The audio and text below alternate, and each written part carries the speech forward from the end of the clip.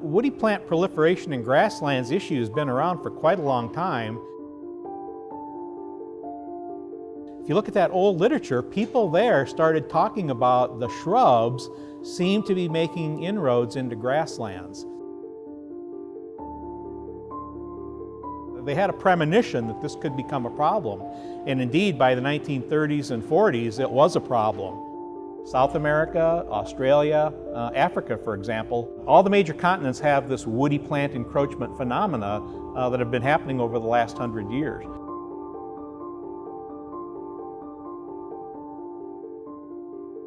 Elkhorn Ranch is a working ranch that has been in our family, the Miller family, since 1946. Here at our ranch at Elkhorn, we found in the early 80s that conditions had evolved such that we had very dense mesquite densities in some areas. We had very little grassland cover, and we had serious gully erosion. My name is Clara Miller. My sister and I are fourth-generation ranchers at our ranch Elkhorn. In the 70s and 80s, they really focused on managed efforts to remove mesquites. They tried chaining, which is dragging a big anchor chain across pastures and just knocking over mesquites and uprooting them, which had success, but it also leveled everything in its path too. So a lot of endangered species would be impacted by that.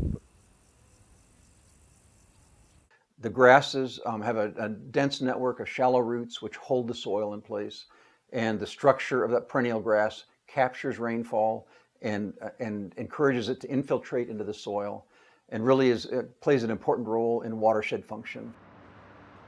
Places like the Altar Valley, we're in the watershed of a major drainage that feeds the aquifer for Tucson. So a million people downstream depend for part of their water supply on the recharge from this valley.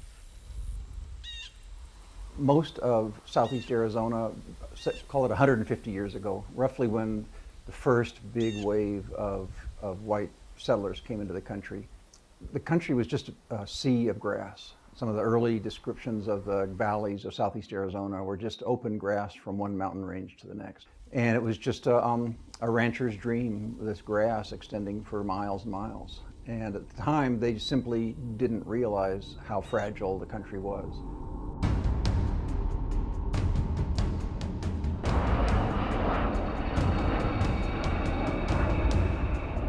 The 1900s, early in the 20th century, there was quite a controversy nationally about the role of fire.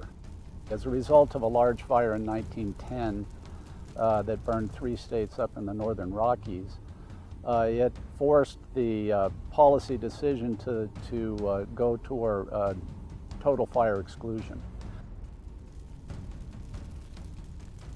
Up until the 1890s, fire was a natural influence on the land. It was as natural as rain.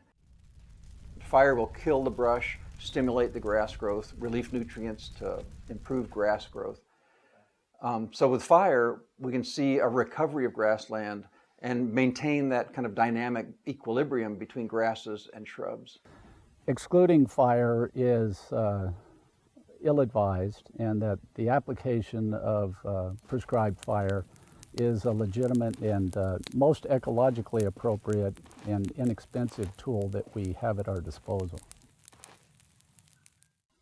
People had been starting to use prescribed fire as a management tool to rejuggle the vegetation back towards grassland, away from brushy type vegetation. And that program was very successful, but as a lot of the regulatory issues, Endangered Species Act compliance, as those laws became a bigger part of doing business, it became much harder to do these management practices. What we're finding today is that while everyone believes that prescribed fire is a very good management tool, we are finding that it is very difficult to implement.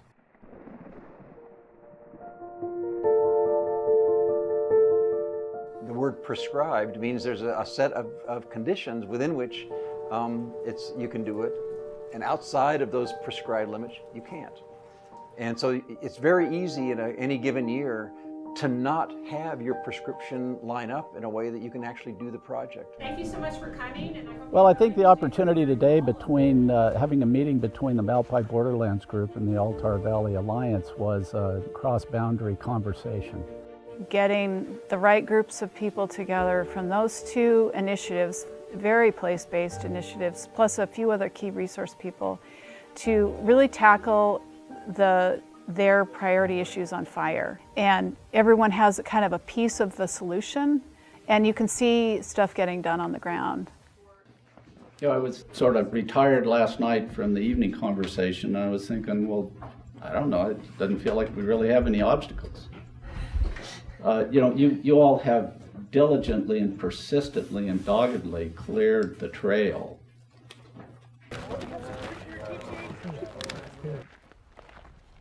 Morning, everybody.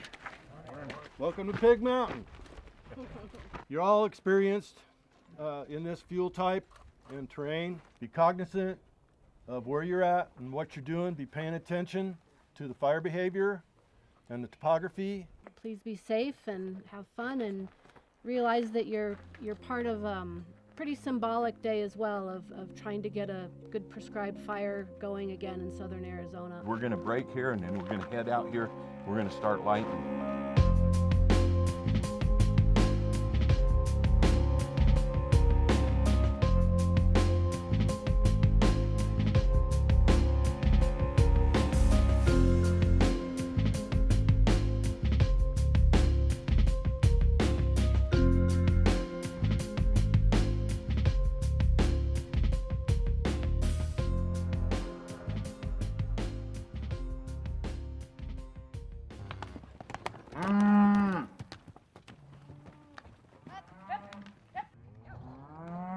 This ranch has also been in operation since 1895, so that's I guess we're just shy of our 125th anniversary, and I think that's a pretty long legacy that speaks to caring more about the land itself, a way of lifestyle on the land, than just a short gain of money.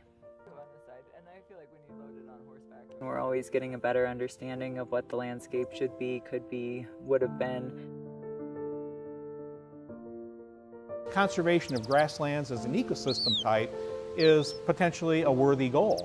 So it's not just about increasing forage production, but it's also about maintaining grassland diversity and biodiversity. It's maintaining habitat for game and non-game wildlife. It's about carbon sequestration. It's about potentially groundwater recharge and stream flow, and a whole variety of ecosystem services. But brush management treatments, they can be prohibitively expensive. It shouldn't be the responsibility of that landowner and that rancher. The public needs to say, we're willing to support efforts that will get us these benefits that we all need and enjoy. It's these place-based groups, collaboratives, that are bringing together, say, the rural producers, landowners with environmental organizations and all the agencies and others. You can't help but feel optimistic because they just care about it so much. And so you get enough people together that care that much, and you figure something good is going to happen. It feels wonderful, you know, to be able to ride through an area and see a place that at one time it was sort of raw and ugly, and now you see it covered with vegetation and you see its shape more rounded. There's bigger plant diversity in that area. That's really satisfying.